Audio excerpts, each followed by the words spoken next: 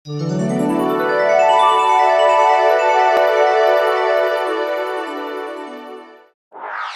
दिन छोटे भाई बहन आरव और कियारा जंगल में खेलने के लिए निकले। खेलते खेलते वे दूर निकल गए और तभी उन्हें कुछ अजीब और जादुई चीज दिखी। एक महल, लेकिन यह कोई साधारण महल नहीं था। पूरा का पूरा महल चॉकलेट से बना हुआ था। दीवारें, खिड़कियां, दरवाजे, हर चीज चॉकलेट की थी। कियारा ने आश्चर्य से कहा, वाह, ये तो किसी सपने जैसा लग रहा है। सपना नहीं, हकीकत है। चलो अंदर चलते हैं, आरव ने उत्साहित होकर कहा। दोनों ने महल का बड़ा दरवाजा खोला और अंदर कदम रखा। अंदर का नजारा और भी मजेदार था। चॉकलेट की सीढ़ियाँ, कैंडी की खिड़कियाँ और दीवारों पर लगे बड़े बड़े गमी बियर के पोस्टर। चारों ओर मीठी खुशबू फैली हुई थी। जैसे ही वे आगे बढ़े, अचानक उनके सामने एक छोटा सा गमी बियर आ गया और बोला, नमस्ते, मैं गुड्डू गमी बियर हूँ। तुम कौन हो और यहाँ क्या कर रहे हो? आरव और कियारा ने अपनी पहचान बताई और बताया कि वे सिर्फ खेलते हुए यहाँ तक आ गए। गुड्डू गमी बियर मुस्कुराया और बोला, कोई बात नहीं, आप दोनों मेरे साथ आइए, मैं आपको इस चॉकलेट महल का हर कोना घुमा कर दिखाता हूँ। गुड्डू उन्हें सबसे पहले एक बड़े हॉल में ले गया, जहाँ एक चॉकलेट का झरना था जिससे मीठी चॉकलेट बह रही थी। झरने के पास ही कई अलग अलग स्वाद की कैंडी और टॉफियाँ रखी थी। कियारा और आरव की आंखें खुशी से चमक उठीं। वे दोनों टॉफियां खाने लगे और झरने के चॉकलेट में हाथ डुबाकर चखने लगे।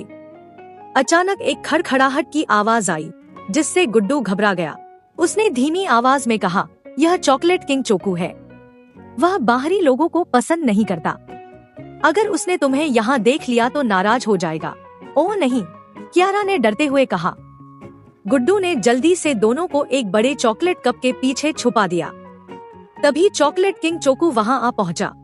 चोकू एक बड़ा डरावना सा चॉकलेट मॉन्स्टर था, जिसका चेहरा चॉकलेट से टपक रहा था और उसकी बड़ी बड़ी आंखें गुस्से से लाल थीं।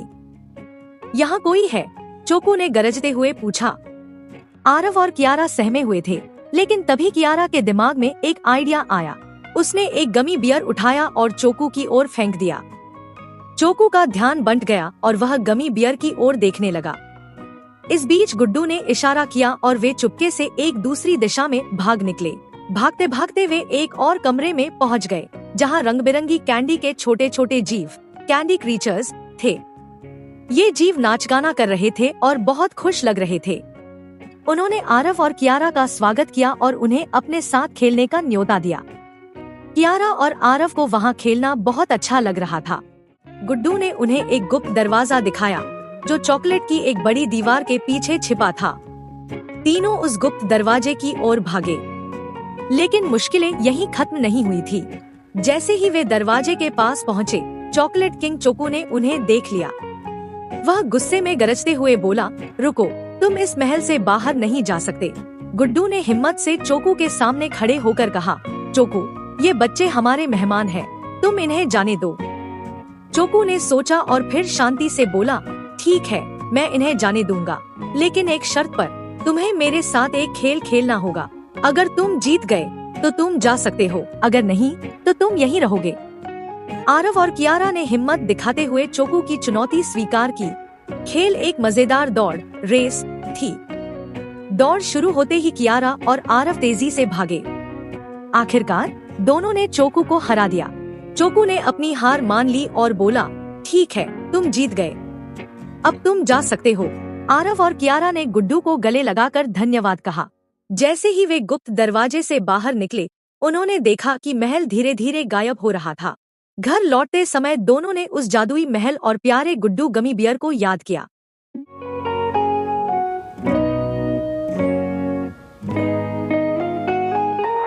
एक बार की बात है, एक हरे भरे जंगल में चतुर गिलहरी रहती थी, जिसका नाम था चिकी। चिकी बहुत चालाक और फुर्तीली थी। वह हमेशा अपने दोस्तों को नई नई बातें सिखाती थी। एक दिन चिकी ने अपने दोस्तों गिलहरी, खरगोश और तोता को बुलाया और कहा, चलो आज हम एक खेल खेलते हैं। सबने खुशी खुशी सहमति दी। चिकी ने एक टोकरी में कई तरह के मेवे भर दिए और कहा, जिसे सबसे पहले ये मेवे इकट्ठा करके लाएगा उसे पुरस्कार मिलेगा। सभी दोस्त दौड़ पड़े।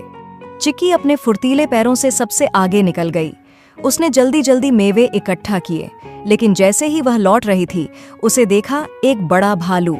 भालू ने कहा, मेरे मेवे मत लेना, ये मेरे हैं। चिकी ने सोचा और बोली, भाई भालू, ये मेवे तो जंगल के हैं, हम सबको इन्हें साझा करना चाहिए। भालू ने चिकी की बात पर विचार किया और कहा, ठीक है, लेकिन मुझे भी कुछ चाहिए।